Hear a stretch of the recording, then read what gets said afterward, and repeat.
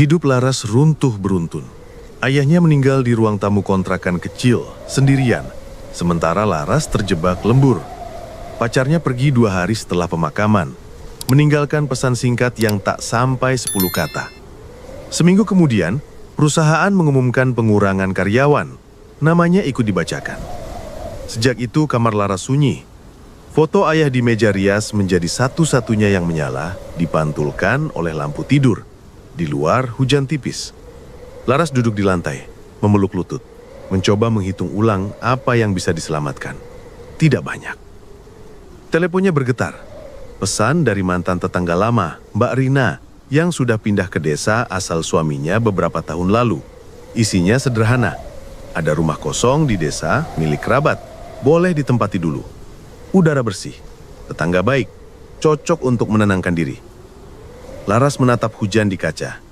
Kota tak lagi membawanya kemana-mana. Ia membalas, singkat. Ia akan datang. Pagi berikutnya, Laras menjejalkan baju dan beberapa buku ke koper coklat tua. Foto ayah dimasukkan ke bungkus plastik, diselipkan hati-hati di antara pakaian.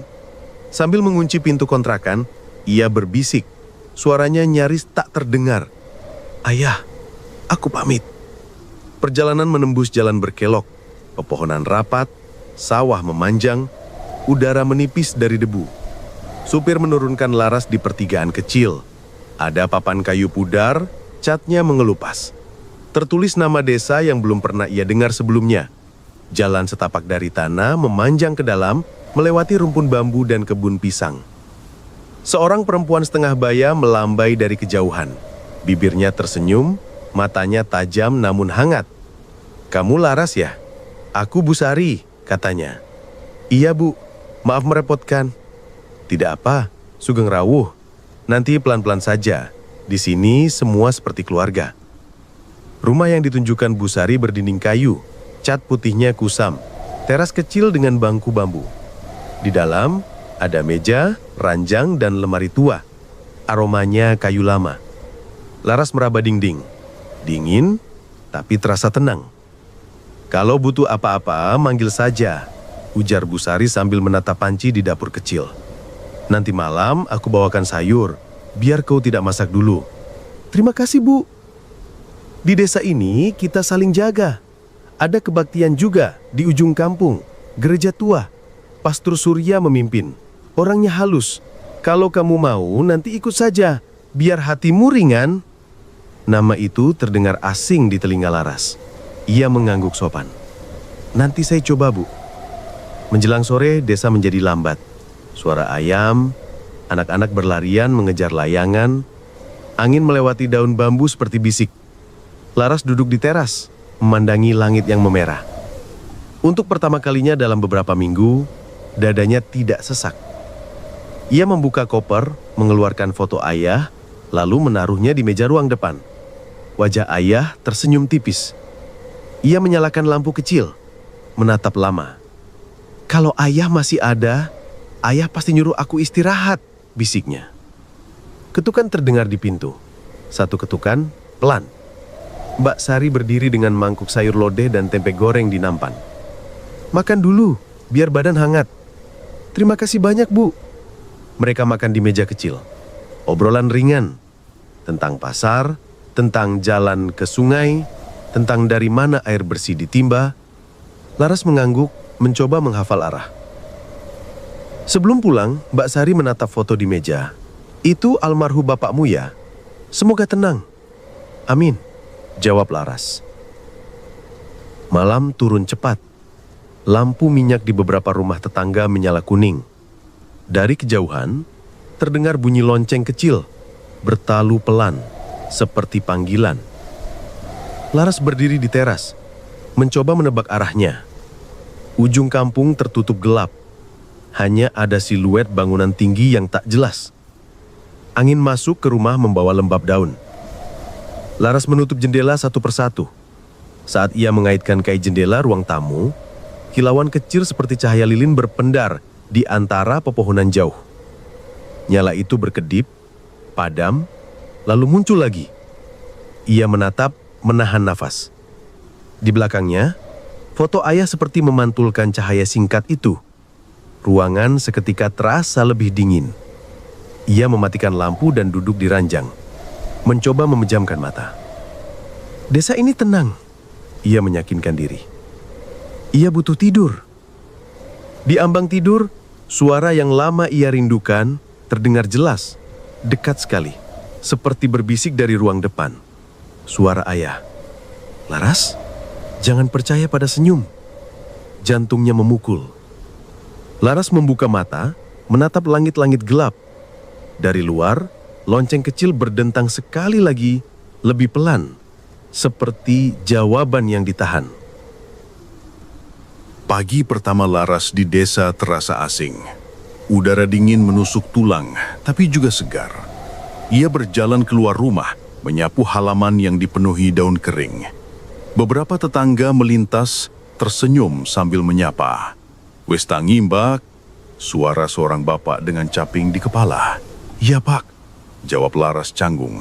"Alon-alon wae, ojo sungkan." Keramahan itu membuat Laras sedikit lega. Seperti yang dikatakan Bu Sari semalam, orang-orang di sini tampak peduli. Siang menjelang, Bu Sari datang lagi. Kali ini membawa ketela rebus di keranjang kecil. "Ini cemilan, jangan lupa sarapan. Oh iya, nanti sore kalau mau kita ke pasar kecil, biar kamu kenal orang-orang." Laras mengangguk. Ia butuh sesuatu untuk mengalihkan pikirannya. Pasar ternyata hanya berupa deretan lapak bambu di tepi jalan tanah. Ibu-ibu menawarkan sayur, buah, bahkan kue tradisional. Semua menyapa Laras dengan ramah, seolah sudah lama mengenalnya. "Wongku toyo?" tanya seorang pedagang. "Iya, Bu, baru pindah. Semoga betah. Di sini tenang, ora ono ribut-ribut." Senyum mereka tulus, tapi ada sesuatu di balik tatapan yang Laras tak bisa jelaskan. Terlalu lama, terlalu lekat. Di perjalanan pulang, Bu Sari menunjuk bangunan tua di ujung kampung.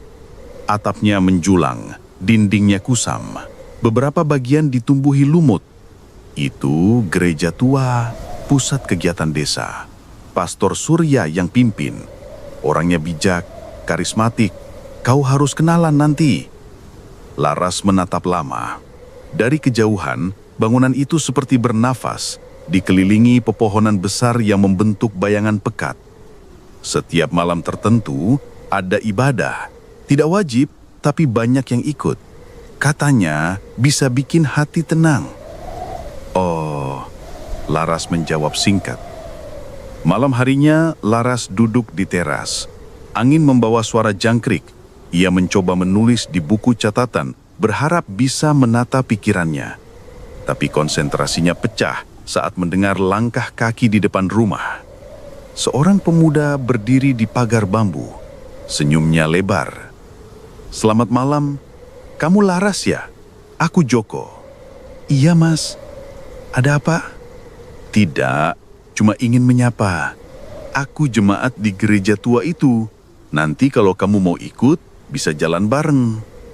Nada suaranya ringan, tapi tatapan matanya dalam, membuat Laras sedikit gelisah.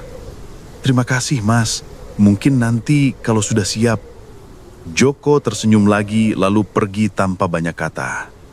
Laras kembali ke dalam, menutup pintu rapat. Ia menaruh buku catatan di meja, lalu menatap foto ayah. "Semua baik-baik saja kan ya?" gumamnya. Namun malam itu, tidur Laras tak nyenyak. Ia bermimpi berdiri di depan gereja tua. Pintu kayu terbuka sedikit, cahaya lilin menyorot keluar. Dari dalam, terdengar suara orang bernyanyi pelan, nadanya rendah dan berat. Di sela suara itu, ada bisikan yang sangat dikenalnya. Suara ayah. "Jangan masuk, Laras." Ia terbangun dengan keringat dingin. Jam menunjukkan pukul 2 dini hari. Dari luar jendela, samar-samar terlihat cahaya lilin berkedip di arah bangunan itu. Laras menegakkan tubuh, menahan nafas. Di luar, sunyi. Hanya ada angin malam dan bayangan pepohonan yang bergerak perlahan. Tapi matanya tak bisa lepas dari sinar jauh itu. Saat ia hampir menutup tirai, terdengar ketukan kecil di pintu rumah. Satu ketukan, pelan, seolah sangat hati-hati. Laras terdiam. Jantungnya berdegup keras. Ia menatap pintu kayu itu, menunggu ketukan berikutnya. Namun yang terdengar justru suara berbisik, lirih, seperti tepat di balik pintu. Laras, ayo bergabung. Pagi setelah ketukan misterius itu, Laras tidak langsung membuka pintu. Ia menunggu sampai matahari benar-benar naik, lalu memberanikan diri keluar. Halaman rumahnya kosong. Hanya ada jejak kaki samar di tanah basah menuju ke arah jalan kampung. Laras mencoba meyakinkan dirinya bahwa mungkin itu ulah anak kecil, tapi rasa gelisah tetap menempel. Saat ia duduk di teras, Busari datang membawa sayur segar. "Kamu pucat, Laras? Tidak enak tidur ya?" "Agak sulit, Bu." "Ah, kau memang harus ikut ibadah nanti malam. Pastor Surya pasti bisa membuatmu tenang." Kalimat itu terucap lembut tapi terdengar seperti ajakan yang tak bisa ditolak. Laras akhirnya mengangguk pelan. Menjelang senja, desa berubah hening. Jalanan kosong, hanya suara serangga. Busari mengetuk pintu lalu mengajak Laras berjalan. Di ujung kampung, bangunan gereja tua itu berdiri. Dinding kayu lapuk, jendela tinggi dengan kaca buram. Pintu besar berderit saat didorong. Begitu masuk, aroma lilin dan kayu lembab langsung menusuk. Ruangan remang, diterangi puluhan lilin yang ditaruh di sudut-sudut. Jemaat duduk rapi, semuanya berpakaian sederhana. Kepala menunduk. Di depan, berdiri seorang pria berusia sekitar 40-an. Tubuhnya tegap, wajahnya teduh, suara tenornya dalam dan jelas. Dialah Pastor Surya. "Selamat datang anak-anakku. Malam ini kita berkumpul untuk merasakan jalan baru. Jalan yang memberi kita kekuatan." Suara itu seolah menyusup langsung ke dada. Laras menelan ludah, merasa diperhatikan. Saat Pastor Surya menatap jemaat satu persatu, matanya berhenti sebentar pada Laras. Senyumnya hangat, tapi dingin di waktu bersamaan. Ibadah dimulai. Mereka bernyanyi dengan bahasa yang tak dikenali Laras. Nada rendah, berulang-ulang, seperti mantra. Jemaat menutup mata, tubuh mereka bergoyang pelan. Laras hanya duduk kaku, mencoba mengikuti. Di sela lagu, Pastor Surya berkata, "Setiap luka, setiap kehilangan akan sirna bila kita bersama. Jangan biarkan dunia luar menghancurkan hatimu. Di sini, kita keluarga." Kata-kata itu menusuk Laras. Ia hampir menangis mengingat ayah dan semua yang hilang. Untuk sesaat, ia merasa diterima. Usai ibadah, Busari memperkenalkan Laras. Pastor Surya menyalaminya erat, telapak tangannya dingin. "Kau akan menemukan ketenangan di sini, Laras. Jangan takut. Tuhan punya rencana yang berbeda untukmu." "Terima kasih, Pastor," jawab Laras, suaranya gemetar. Saat keluar, Laras sempat menoleh ke dalam ruangan. Lilin masih menyala, bayangannya memanjang di dinding. Ada sesuatu yang bergetar di udara, seperti suara rendah yang masih tertinggal, padahal semua jemaat sudah bubar. Malam itu Laras berjalan pulang bersama Busari. Di jalan gelap, Busari berkata lirih, "Kau beruntung bisa masuk ke lingkaran ini. Tidak semua orang dipanggil." "Maksudnya, Bu?" "Ah, nanti juga kau mengerti." Laras terdiam. Bulan separuh menggantung di atas pohon bambu, angin meniup daun dengan suara berisik. Saat sampai di rumah, ia langsung masuk dan menutup pintu rapat. Di meja, foto ayahnya tampak berkilau terkena sinar lampu. Ia menatapnya lama, lalu membaringkan diri di ranjang. Ia masih bisa mendengar gema lagu ibadah tadi. Menjelang tidur, tubuhnya setengah terlelap, suara itu kembali terdengar. Bukan dari luar, tapi dari dalam mimpinya. Suara ayah, jelas, seolah duduk di samping ranjang. "Laras, jangan percaya, mereka bukan keluarga." Laras terbangun, keringat dingin membasahi pelipis. Ia duduk menatap gelap. Dari luar jendela, terdengar kepakan sayap keras. Seekor burung menabrak kaca, lalu jatuh tergeletak di tanah. Jantungnya berdegup kencang. Ia melangkah perlahan mendekati jendela, menyingkap tirai. Di bawah cahaya bulan, seekor burung gagak mati dengan sayap terterang. Dan di kejauhan, di arah gereja tua, terlihat nyala lilin yang tak kunjung padam. Pagi itu, Laras menatap burung gagak mati di halaman. Bulunya berantakan, matanya kosong menatap langit. Ia menghela nafas panjang, mencoba menghapus mimpi buruk dan suara ayah yang masih terngiang di kepala. Ia mengubur bangkai burung di sudut halaman, menutupnya dengan tanah dan daun kering. Tapi perasaan ganjil tak mau pergi. Saat Laras masuk ke rumah, pandangannya tertuju pada bunga mawar putih di pot kecil dekat jendela. Kemarin sore masih segar, pagi ini seluruh kelopaknya layu, batangnya hitam, seperti disedot habis dalam semalam. Kenapa bisa begini? Gumamnya. Sore hari, Bu Sari kembali berkunjung, membawa bakul berisi sayur. Melihat wajah Laras yang pucat, ia bertanya, "Kau sakit? Wajahmu pucat sekali." "Tidak, Bu. Cuma kurang tidur." "Makanya, ikut ibadah rutin. Hatimu tenang, badanmu sehat." Nada suaranya lembut, tapi ada penekanan seolah sebuah perintah. Laras hanya tersenyum kaku. Malam itu, Laras mencoba menulis di buku catatan. Ia ingin menata pikirannya, tapi pena berhenti ketika mendengar suara ketukan di jendela. 1 kali, 2 kali, keras. Ia menoleh. Dari balik kaca, seekor burung lain menghantam dirinya. Kali ini tubuh burung itu bergetar sebentar sebelum jatuh, meninggalkan bercak darah di kaca. Ia mundur, terengah. Ia menutup tirai rapat, lalu duduk di lantai sambil menutup telinga. Namun suara itu kembali, bukan dari luar, dari dalam mimpinya. Ia bermimpi berada di ruang gereja tua. Semua lilin menyala, jemaat berbaris rapi. Pastor Surya berdiri di depan, menatapnya. Tapi suara yang keluar bukan milik pastor. Itu suara ayah. "Pergi dari sini, Laras. Jangan tunggu lebih lama." Laras terbangun, tubuhnya gemetar. Ia meraih gelas, tapi tangannya bergetar hebat. Dari luar kamar terdengar suara berisik, seperti langkah kaki berkeliling rumah. Ia menahan nafas, menempelkan telinga ke dinding. "Siapa di luar?" tanyanya dengan suara parau. Tidak ada jawaban.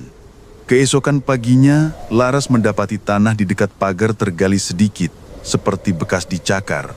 Ia menutupinya dengan cepat, hatinya semakin gelisah. Siang itu, Joko muncul di depan rumah, senyum lebar di wajahnya, tapi matanya sayu. "Aku lihat kau tidak tidur nyenyak. Kau dari mana tahu?" tanya Laras waspada. "Desa ini kecil. Semua saling tahu. Kalau kau mau, malam nanti ikut aku ke ibadah. Pastor Surya bisa menenangkanmu." Laras menelan ludah. Ia tidak ingin curiga terlalu jauh, tapi ada sesuatu pada cara Joko menatap yang membuat bulu kuduknya berdiri. "Baiklah, nanti aku pikirkan," jawabnya singkat. Joko tersenyum puas, lalu pergi begitu saja. Hari menjelang malam, Laras menyalakan lampu minyak, duduk di ranjang, mencoba membaca buku. Namun tiba-tiba ia mencium bau anyir, tipis tapi jelas. Ia mencari sumbernya. Bau itu berasal dari pintu depan. Saat ia membukanya, sebuah kantong kecil terletak di lantai. Di dalamnya ada bulu burung bercampur tanah basah. Laras menjerit kecil, menjatuhkan kantong itu. Ia mundur, menutup pintu keras-keras, lalu bersandar di baliknya, tubuhnya bergetar.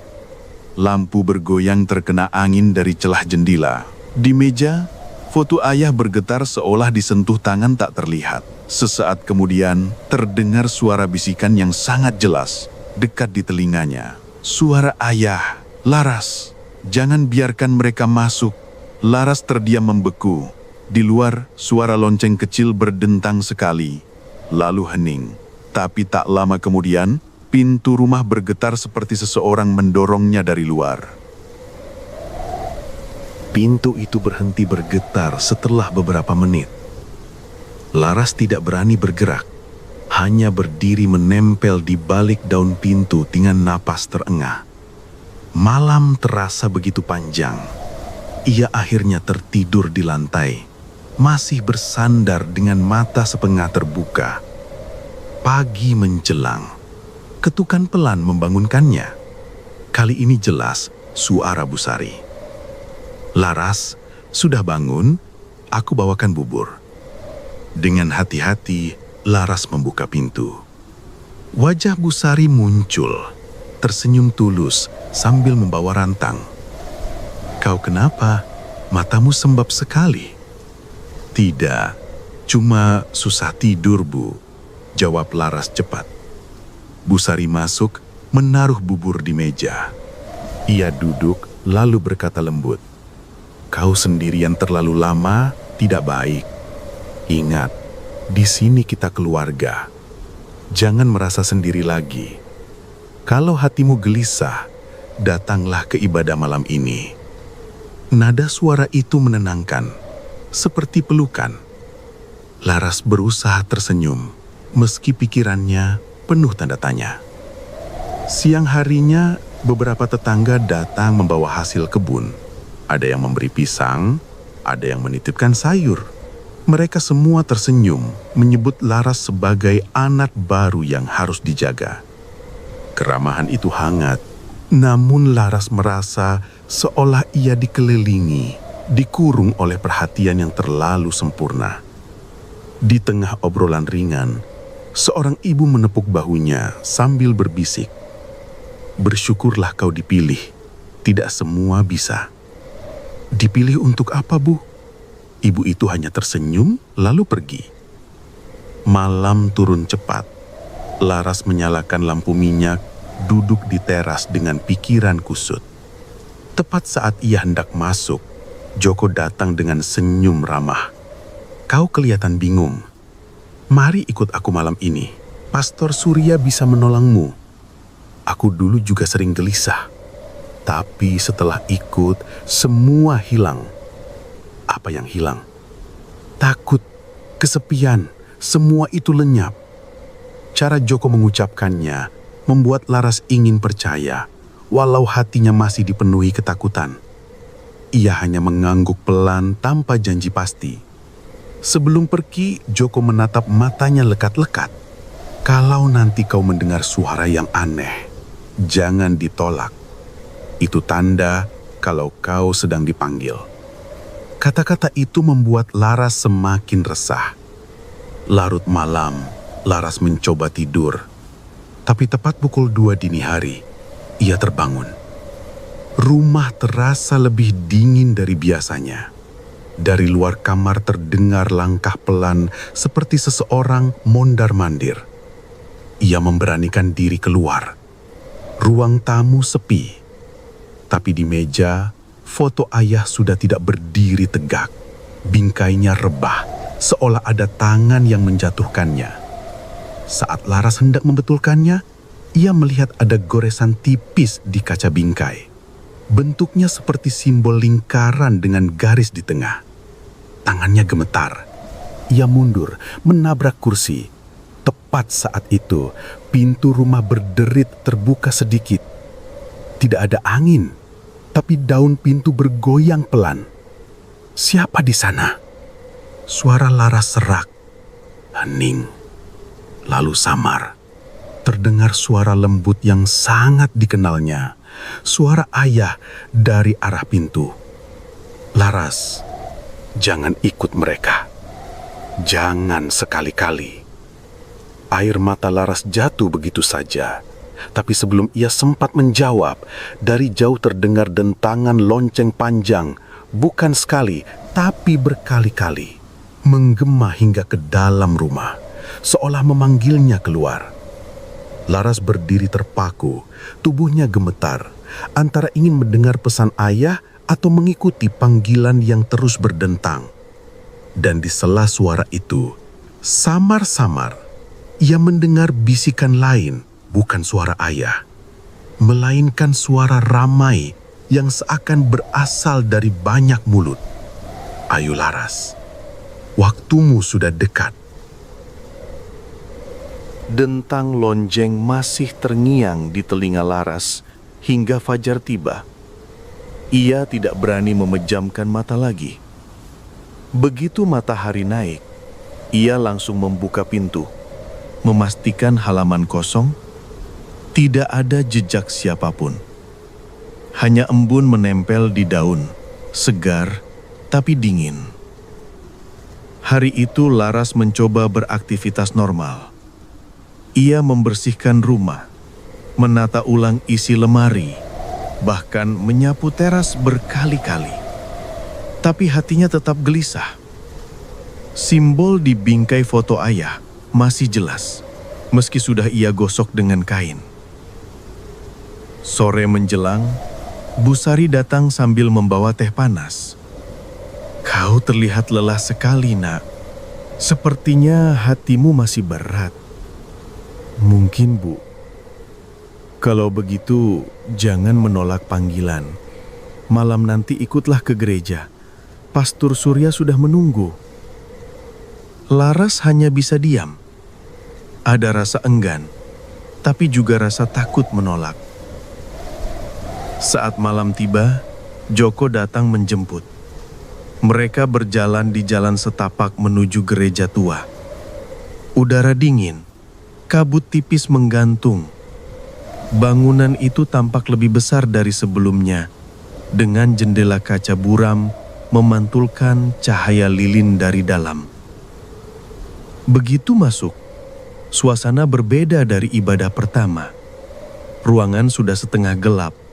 Jemaat duduk melingkar, berbisik-bisik dengan bahasa aneh. Bau menyengat menyeruak, seperti campuran bunga busuk dan dupa. Laras berhenti di dekat pintu. Tapi Joko mendorong pelan. "Jangan takut, duduk saja." Ia menurut, duduk di antara jemaat lain. Matanya berusaha menyesuaikan cahaya. Di tengah lingkaran, ada meja kayu kecil dengan lilin hitam yang menyala. Lilin itu meneteskan cairan pekat berwarna merah. Pastor Surya muncul dari balik tirai. Jubah hitam panjang menjuntai, wajahnya diterangi cahaya lilin. Senyumnya tetap hangat, tapi matanya berkilat aneh. "Malam ini kita berkumpul untuk membuka jalan. Hanya yang bersih hatinya yang bisa melihat kebenaran." Jemaat serempak menunduk. Suara bisikan berubah menjadi lantunan berat, berulang-ulang, membuat kepala Laras pening. Ia mencoba berdiri, tapi tangan Bu Sari sudah menahan bahunya. "Tenang, jangan bergerak." Cahaya lilin di tengah meja bergetar. Apinya memanjang seolah tertiup angin. Dari bayangan yang menari di dinding, Laras melihat bentuk yang tidak wajar. Sosok tinggi dengan tanduk samar berdiri di belakang Pastor Surya. Ia mengucek mata, tapi bayangan itu tetap ada. Tiba-tiba ruangan menjadi sunyi. Pastor Surya menatap jemaat satu persatu, lalu berhenti pada Laras. "Kau merasakannya bukan?" tanyanya pelan. Apa maksud pastor?"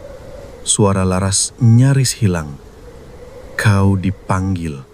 Itu tanda bahwa kau terpilih. Jangan lawan." Laras hanya bisa menunduk.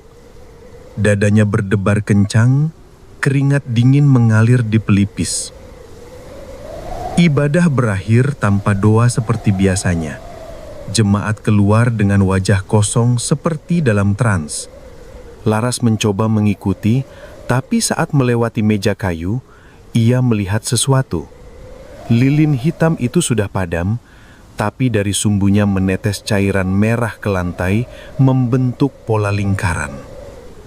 Ia menahan napas, buru-buru keluar. Dalam perjalanan pulang, Bu Sari menggenggam tangannya erat. "Sekarang kau sudah menjadi bagian dari kami, Nak. Jangan takut, Nak. Semua akan baik-baik saja." Laras hanya mengangguk kaku. Sepanjang jalan, ia tidak berani menoleh ke arah gereja. Tapi dalam hatinya, suara ayah kembali terdengar jelas. "Pergilah, Laras. Jangan tunggu sampai terlambat." Sesampainya di rumah, Laras terkunci dalam diam. Ia menyalakan lampu, duduk di ranjang dengan tubuh gemetar. Lalu pandangannya jatuh pada buku catatan di meja. Buku itu terbuka sendiri padahal tadi ia tutup rapat. Di halaman kosong, ada tulisan dengan tinta merah yang tidak ia kenali. Tulisan itu terbaca jelas. Besok malam, darah harus diteguk. Laras menatap tulisan merah di buku catatan itu lama sekali. Tinta tampak masih basah, seolah baru ditorehkan. Ia mencoba menyentuhnya, dan jari telunjuknya ternodai cairan lengket yang berbau anyir. Dengan tergesa ia menutup buku, melemparnya ke lantai. Malam itu ia tidak tidur. Setiap kali memejamkan mata, bayangan lilin hitam dan sosok tinggi bertanduk muncul kembali. Ia duduk di ranjang sambil menatap jendela, menunggu fajar. Esoknya Busari datang lebih pagi dari biasanya. Wajahnya cerah, membawa sekeranjang roti singkong. Kau harus kuat malam ini. Jangan takut. Setelah ini, hidupmu akan berubah. Ada apa malam ini, Bu? Suara Laras bergetar. Kau akan ikut ritual inti. Itu tanda penerimaan. Kau tidak bisa mundur lagi. Kata-kata itu membuat Laras tercekat. Ia ingin bertanya lebih jauh, tapi sorot mata Busari seolah memberi peringatan agar tidak banyak bicara. Sepanjang hari Laras gelisah. Ia mencoba menulis di buku lain, tapi setiap halaman kosong terisi sendiri dengan garis-garis samar, membentuk lingkaran aneh yang sama dengan simbol di bingkai foto ayah. Menjelang malam, Joko mengetuk pintu. Ayo, pastor menunggu. Laras tidak punya pilihan selain mengikuti. Mereka berjalan bersama ke gereja tua. Malam itu berbeda. Udara terasa lebih berat. Kabut makin tebal. Pintu gereja terbuka lebar dan dari dalam terdengar lantunan rendah yang membuat bulu kuduk meremang. Begitu masuk, Laras tertegun. Ruangan penuh lilin. Dinding, lantai, bahkan tiang kayu dipenuhi cahaya berkelip-kelip. Jemaat berdiri melingkar. Semuanya berpakaian hitam pekat. Wajah mereka serius, mata terpejam. Di tengah ruangan, sebuah piala perak besar diletakkan di atas altar kayu. Cairan merah pekat memenuhi setengahnya. Aroma logam menyengat menusuk hidung. Pastor Surya berdiri di belakang altar. Jubah hitamnya menjuntai. Senyum tipis menghiasi wajahnya. Anak-anakku, malam ini kita menyatukan jiwa. Darah adalah ikatan, darah adalah kebenaran. Yang menolak akan hilang dari jalan ini. Satu persatu jemaat maju, meneguk cairan dari piala itu. Suara mereka bergetar, seperti merintih tapi juga lega. Laras hanya bisa terpaku, dadanya berdegup kencang. Ketika gilirannya tiba, Busari mendorong pelan punggungnya. Jangan takut, nak. Ini tanda cintamu pada keluarga barumu. Tangan Laras gemetar. Ia menatap cairan merah itu. Tercium aroma yang sangat familiar. Hatinya berbisik untuk mundur, tapi mata Pastor Surya menatap tajam. Minum, Laras. Jangan melawan panggilanmu. Laras menempelkan bibir ke tepi piala. Cairan menyentuh lidahnya. Rasa anyir menusuk, membuat perutnya mual. Ia ingin memuntahkan, tapi sorakan pelan jemaat di sekelilingnya menahan langkahnya. Ia pura-pura menelan, lalu menurunkan piala perlahan. Pastor Surya mengangguk puas.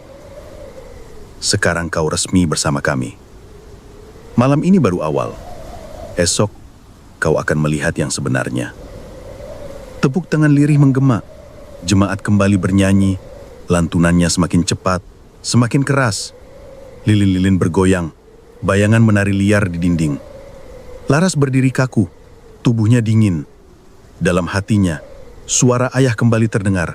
Jauh lebih keras dari sebelumnya. Kau harus pergi, Laras. Kalau tidak, mereka akan mengambilmu.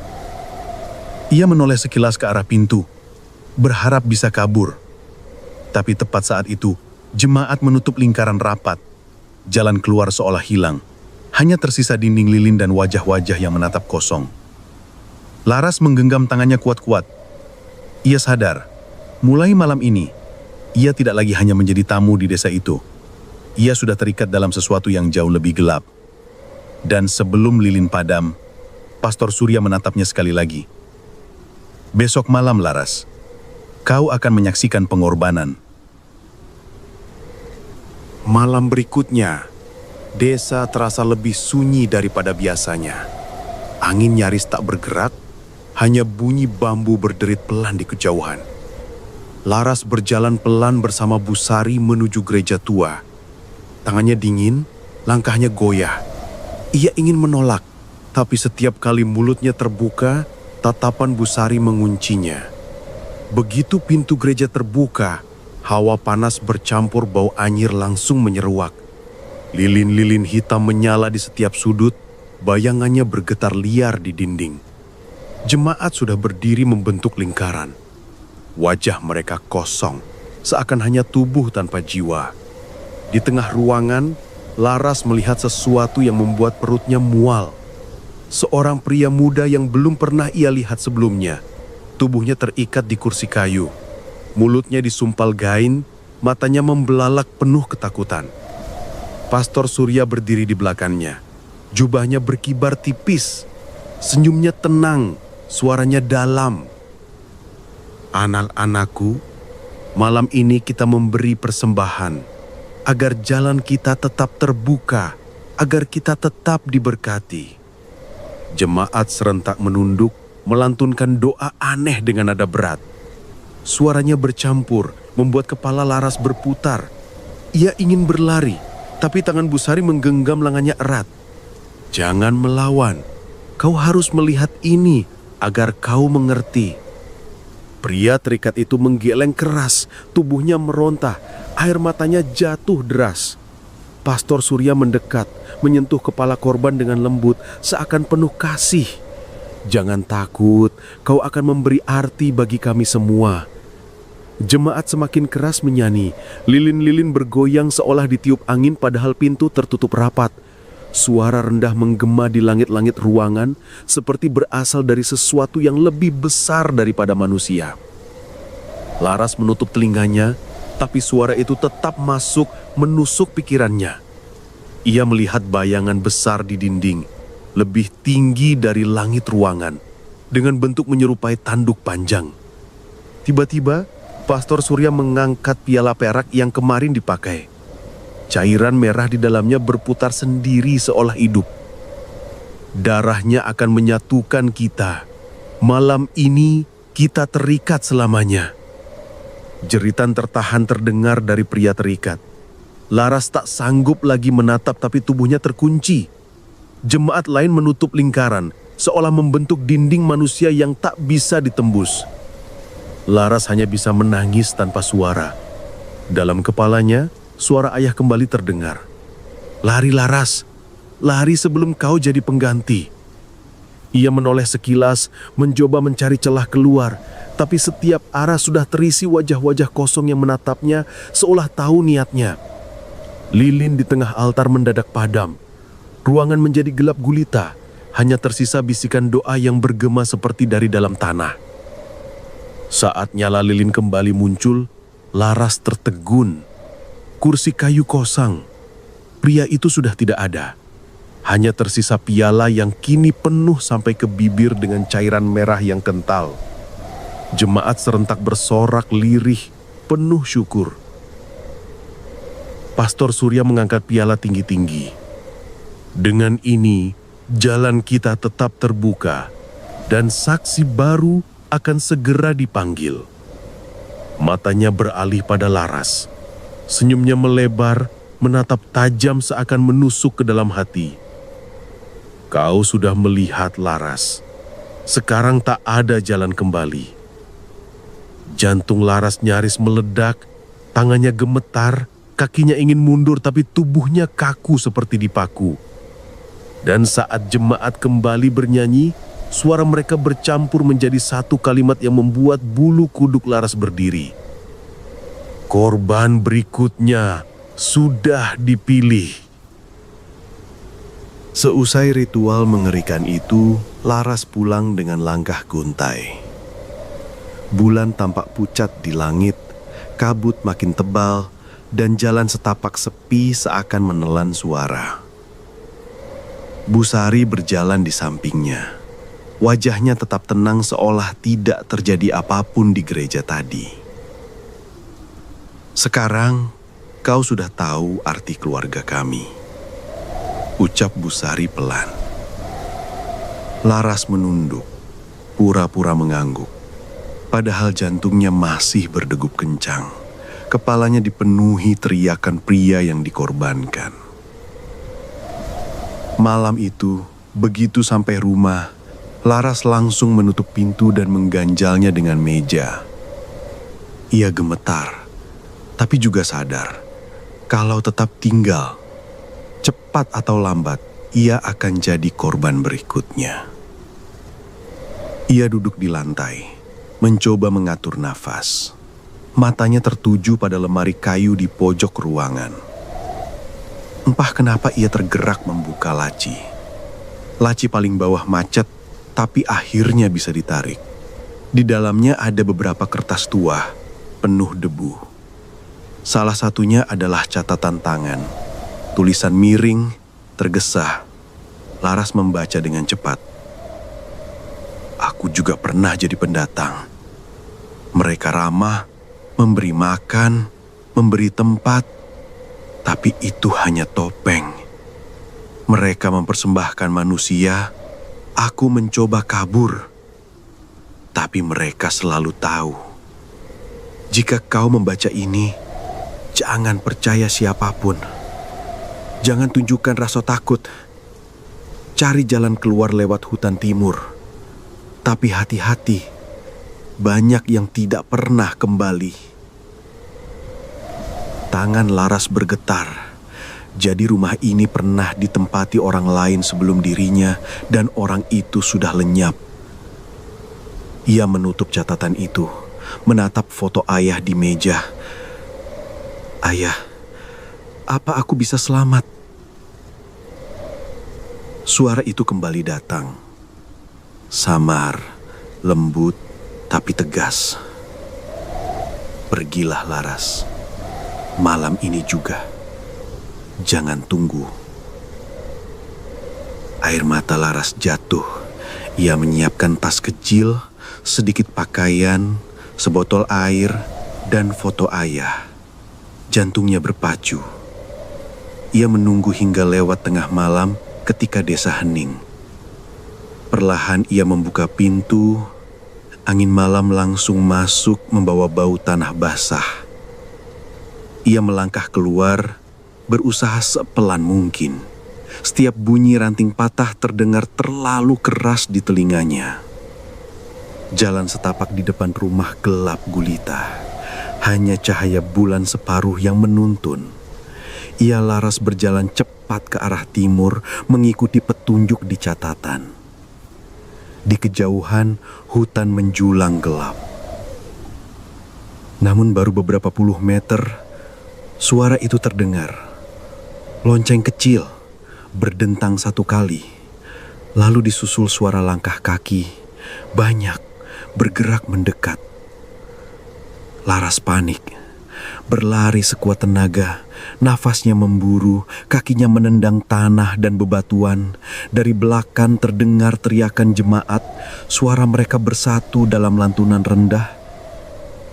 Nyanyian itu makin dekat, makin keras.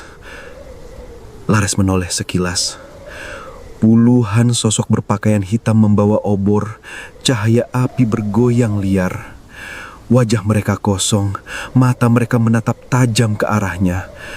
Laras hampir terjatuh, tapi ia bangkit lagi. Hutan timur tinggal beberapa langkah. Pohon-pohon besar berdiri rapat, gelap pekat. Ia menerobos masuk, ranting menggores lengannya. Dalam kegelapan hutan, langkah kaki jemaat terdengar semakin dekat. Suara obor berkobar, bayangan mereka menari mengeri di batang pohon. Laras bersembunyi di balik pohon besar, menahan nafas. Ia bisa melihat cahaya ubur hanya beberapa meter darinya. Nyanyian itu masih terdengar seolah berasal dari segala arah. Ia menutup mulut dengan tangan agar tidak terisak. Jantungnya berdebar keras, takut ketahuan. Tiba-tiba, suara ayah kembali datang. Samar, lembut, tapi tegas. Jangan berhenti, Laras. Jalanmu belum aman. Laras menoleh, tapi tak ada siapapun. Hanya gelap dan kabut. Ia ragu untuk bergerak. Dan saat ia hendak melangkah lagi, dari balik gelap hutan muncul siluet tinggi dengan obor di tangan. Sosok itu berdiri tepat di jalannya, menatap lurus dengan senyum yang sangat dikenalnya. Pastur Surya. Laras membeku di tempat. Cahaya obor di tangan Pastor Surya memantul di matanya yang tajam. Senyumnya tenang, namun mengunci langkah. Jemaat lain mendekat dari belakang, membuat Laras terperangkap di antara hutan gelap dan lingkaran manusia berpakaian hitam. Laras, suara pastor berat, bergetar seolah langsung menusuk ke dalam kepala. Kau sudah menjadi bagian kami, tidak ada lagi jalan keluar. Laras menelan ludah, kakinya gemetar. Ia ingin menjerit, tapi suaranya tercekat. Bayangan jemaat semakin dekat, obor mereka memantulkan cahaya merah di kabut hutan. Suara ayah kembali terdengar, kali ini lebih keras dari sebelumnya. Seakan berteriak tepat di telinganya. Lari Laras, sekarang! Tubuhnya seakan terlepas dari kaku. Ia berbalik dan berlari menembus pepohonan. Ranting memukul wajah dan lengannya, tanah becek membuat langkahnya terhuyung. Dari belakang, teriakan jemaat pecah. Nyanyian berat mereka berubah menjadi pekikan kejaran. Api obor berkelebat di antara batang pohon. Laras menoleh sekilas, melihat belasan sosok berlari mendekat. Napasnya terengah, dadanya perih, tapi ia terus berlari. Hutan makin rapat, cahaya bulan tak mampu menembus dedaunan. Gelap total. Laras meraba jalan dengan tangan, lalu menemukan celah kecil di antara semak berduri. Ia merunduk, memaksa tubuhnya masuk. Suara langkah jemaat semakin dekat. Daun kering bergerisik diinjak. Obor menyala di balik semak. Bayangannya menari liar. Laras menutup mulut dengan tangan, berusaha tidak menimbulkan suara. Tiba-tiba, suara pastor terdengar dari kejauhan. Tenang, tapi jelas. Kau bisa berlari Laras, tapi kami selalu tahu kemana kau pergi. Jantungnya berdetak makin keras. Ia merangkak keluar dari semak, menemukan jalan setapak sempit yang menurun tajam. Ia terjatuh, tubuhnya berguling menuruni lereng. Batu dan tanah melukai kulitnya, tapi ia bangkit lagi. Di ujung jalan, samar-samar terlihat celah cahaya, seperti bukaan hutan yang menuju luar. Harapan menyala di dadanya. Ia berlari ke arah itu, meski kakinya sudah hampir menyerah. Namun ketika ia keluar dari gelap hutan, langkahnya terhenti. Depan matanya terbentang hamparan sawah luas. Di kejauhan, lampu-lampu desa berkelip. Tapi desa itu bukan desa asing. Itu desa yang sama. Desa tempat ia datang pertama kali. Laras menatap linglung. Bagaimana bisa? Ia berlari jauh tapi kembali ke titik awal. Suara langkah kembali terdengar di belakang. Jemaat keluar dari hutan satu persatu. Wajah mereka tetap kosong. Obor mereka membentuk lingkaran api di sekeliling Laras. Pastor Surya berjalan paling depan. Jubah hitamnya berkibar tertiup angin. Ia menatap Laras sambil mengangkat tangan. Lihatlah nak, dari awal desa ini memang jalam. Tidak ada yang bisa keluar dari sini. Kau sudah dipilih. Air mata Laras jatuh tanpa ia sadari. Ia mencoba mundur, tapi sawah di belakangnya seakan berubah menjadi kabut pekat yang menelan pandangan. Suara ayah terdengar lagi, semakin lemah, semakin jauh. Maafkan aku Laras, aku tidak bisa lagi menjagamu. Laras menjerit, suaranya pecah di tengah kabut dan api obor. Jemaat menutup lingkaran, suara mereka kembali melantunkan doa berat yang menggunjang tanah. Obor padam serentak, meninggalkan kegelapan total. Hanya mata Pastor Surya yang berkilat samar, senyumnya melebar di antara gelap. Dan malam itu,